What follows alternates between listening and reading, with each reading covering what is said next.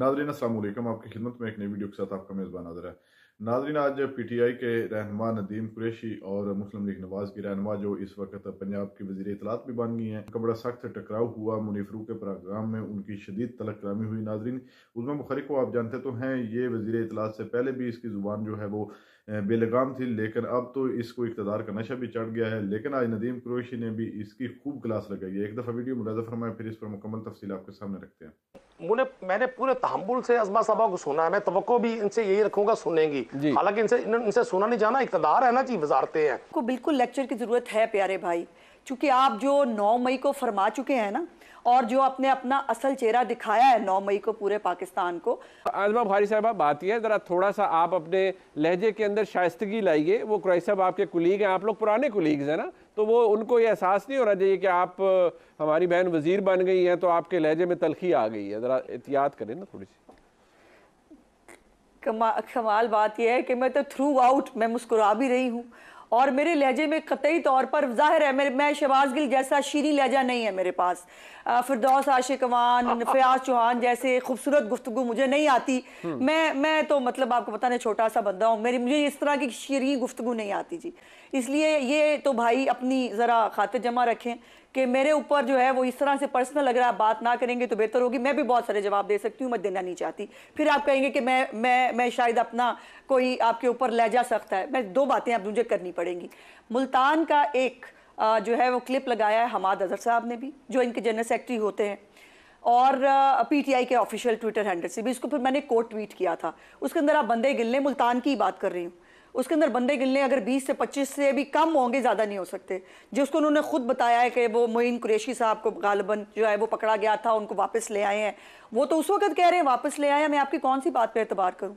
दूसरी बात यह है कि आपको बिल्कुल लेक्चर की ज़रूरत है प्यारे भाई, क्योंकि आप जो 9 मई को फरमा चुके हैं ना, और जो आपने अपना असल चेहरा दिखाया है 9 मई को पूरे पाकिस्तान को, आपको ना पाकिस्तान का कोई इदारा ना पाकिस्तान की आवाम आपको ट्रस्ट नहीं कर सकती। इसलिए आपको कानून और आइन का लेक्चर की बहुत ज़्यादा ज़रूरत है।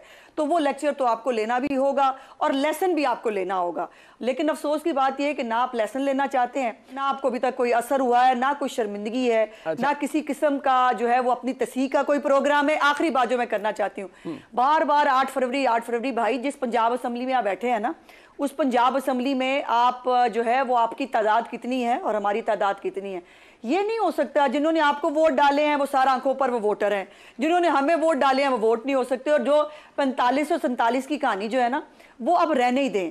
आपके जो नईम पचौता साहब हों या अली जफर साहब हों, ये वो सब लोग जो है ना वो ये बात को एक्सेप्ट करते हैं कि आपने जो जिब्रान इलियास के कहने के ऊपर जो आपके फॉर्म 45 बने थे ना, उन फॉर्म 45 80% के ऊपर जो है वो ना जो है वो सिग्नेचर्स हैं किसी पोलिंग एजेंट के, ना किसी के आईडी कार्ड नंबर है, ना थंब इंप्रेशन है। सो आपके वही कहानी है। वो उर्दू बाजार के वो बैलेट पेपर, वो 35 पंक्ति का मुकद्दर जो है वो यही है। इन्होंने यही करते रहना, ये करते रहे। हम अपना काम करेंगे, हमारा काम आम आदमी की रिलीफ के लिए काम करना है।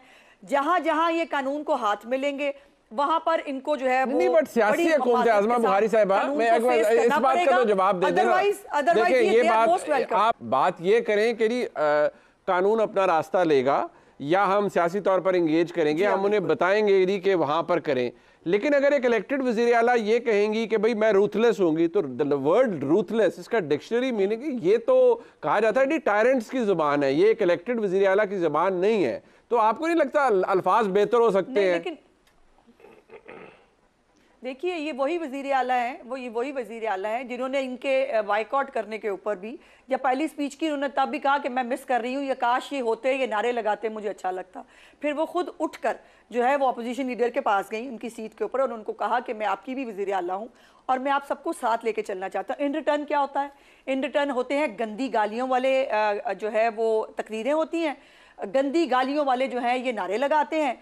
और उसके बाद भी अगर आपको लगता है हमने कुछ चैरिटी का तो नहीं खोला हुआ ना इदारा, हम भी सियासत कर रहे हैं, हमने भी लोगों को फेस करना है। हमें अपने लोग हमारे गले पड़ते हैं कि आप इतनी शराफत दिखाते हैं, इतनी शराफत का नाजायज़ फ़ायदा उठाते हैं हमारे ओपोनेंट्स। लेकिन फिर भी मैं ये कहना चाहती हूँ, उन्होंने कहा कि कानून को हाथ में लेने वाले, अगर आपको अब मुनीम ये लग रहा है कि इन्हीं की बात हो रही है। यही वो लोग हैं जो कानून को हाथ में लेते हैं, तो उनके लिए तो एक वज़ीर आला यही कहेगा ना। इस पर एतराज क्यों है? मतलब आपको बुज़दार साहब का वर्जन ही चाहिए था कि उस तरह की वजारत आला चले और उस तरह का सारा हो। कम से कम यहाँ वज़ीर आला नजर तो आ रही हैं काम करती हुई, या लोगों से मिलती हुई, या कहीं जाती आती हुई। कुरैशी साहब, मैंने पूरे तहम्मुल से अज़मा साहबा को सुना है, मैं तवक्को भी इनसे यही रखूंगा सुनेंगी। हालांकि इनसे सुना नहीं जाना, इक़्तिदार है ना जी, वजारतें हैं। गुजारिश कर दूंगा, अभी इन्होंने दो बातें फरमाई। एक तरफ इन्होंने ये फरमाया कि जी लोग ही नहीं निकले।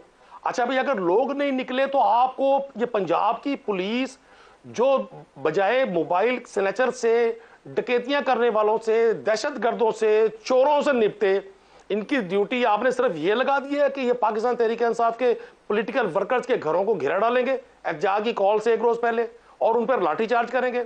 दूसरा, मेरी ये मोहतरमा बहन ने फरमाया, अपोजिशन से जैसे ही इक़्तिदार की सीढ़ियां चढ़ी जाती है ना, ये जो आंखों में तकब्बुर की पट्टी है ये आसानी से नहीं उतरती। अब इन्होंने 3 नाम दे दिए, शहबाज गिल, फिरदौस आशिक अवान, हालांकि मेरा वो लहजा नहीं था। अब मुझे लगता यह है कि इन लोगों को वैसे हकीम उसी तरह के चाहिए, जो चूरन वो दिया करते थे वही इनका इलाज है। मेरे पास तो इनका इलाज नहीं है।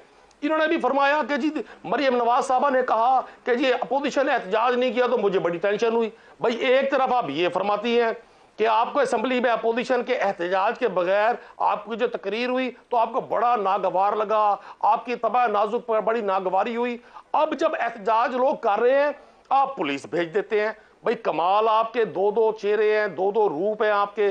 सेकंड, आपने कहा कि जी उस्मान बुज़दार, भाई उस्मान बुज़दार एक अच्छा शख्स था, शरीफ आदमी था, नेक आदमी था, मिडिल क्लास से था, किसी बड़े बाप का बेटा नहीं था। चूंकि ये मुल्क का जो निजाम है इसने तो चंद खानदानों के गिर्द पूरी सियासत को घेरा डाला हुआ है।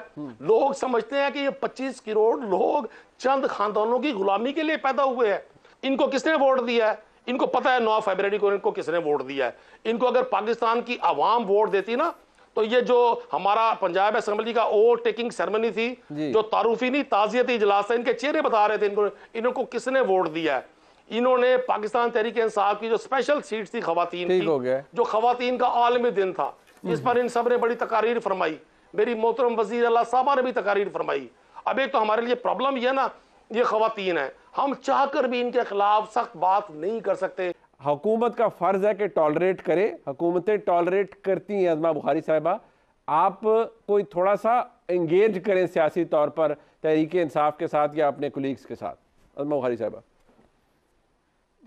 देखिए गुजारिश ये है कि बिल्कुल इनको इंगेज करें, लेकिन जो आप लहजा, जो ज़बान, जो आप माशाल्लाह फूल गिरते हुए देख रहे हैं, उसके बाद क्या ही किया जा सकता है। और इंगेजमेंट जो है फिर दोनों तरफ से होती है ना, एक तरफ से तो नहीं हो सकती कि आप जो है वो सिर पे चढ़ के नाचे और हम कहें कि जी बहुत अच्छी बात है, बिल्कुल वेरी गुड, आप ये करें, और फिर ट्रैक रिकॉर्ड है ये भूल जाए 9 मई को।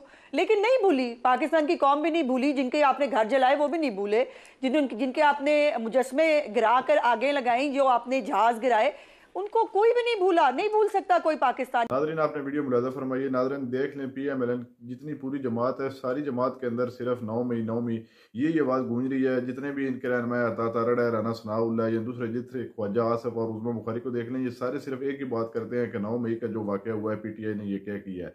हत्ता कि नाज़रीन इस वक्त पूरी कौम जानती है 9 मई का वाक़या सारा करवाने वाली PMLN है और एक ये ड्रामा रचाया गया था PTI को पनसाने के लिए। नाज़रीन अब ये इक़्तिदार हासिल कर चुके हैं एक चोरीशुदा मैंडेट के जरिए, और फिर भी नाज़रीन देख लें कोई भी ऐसा प्रोग्राम नहीं जिसमें उस्मा बुखारी ने कभी तमीज़ के दायरे में रहकर बात की। और हमेशा जो आगे बंदा बैठा होता है दूसरी जमात को, उसको पहले से ही टारगेट करना शुरू कर देती है और प्रेशराइज करना शुरू कर देती है। ये नहीं होता कि सवाल का जवाब अच्छे तरीके और अच्छे अंदाज से दिया जाए। नाज़रीन इस वक्त पूरी कौम जानती है कि PMLN हार चुकी है और ये ज़बरदस्ती इस कौम पर मुसल्लत हो गई है, लेकिन ये खुद हार तस्लीम ना कर रहे हैं और ना ही करेंगे, क्योंकि ये चोर है और चोरों का काम होता है हमेशा चोरी के जरिए कौम पर मुसल्लत होना और फिर इस मुल्क को लूटना और लूट मार करके इस मुल्क से फरार हो जाना। नाज़रीन इसी तरह ये PMLN पहले भी करती आई है और अब भी ये करेगी। नाज़रीन देख लें, उस्मा बुखारी कह रही है कि मैं फ़याज़ुल हसन चौहान और फिरदौस आशिक अवान जैसी जुबान मेरे पास नहीं है, हत्ता कि ये उन लोगों से भी बढ़कर है। इसका कोई भी प्रोग्राम उठाकर देख ले, आज तक किसी प्रोग्राम में भी इसने तमीज़ के दायरे में रहकर बात नहीं की।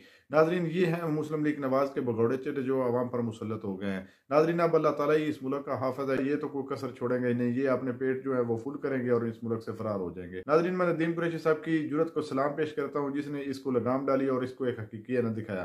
नाज़रीन, इस वीडियो के बारे में आपकी क्या राय है? कमेंट सेक्शन में अपनी कीमती राय दीजिए और अगली वीडियो तक आप मेजबान को दीजिए इजाजत। अल्लाह हाफिज।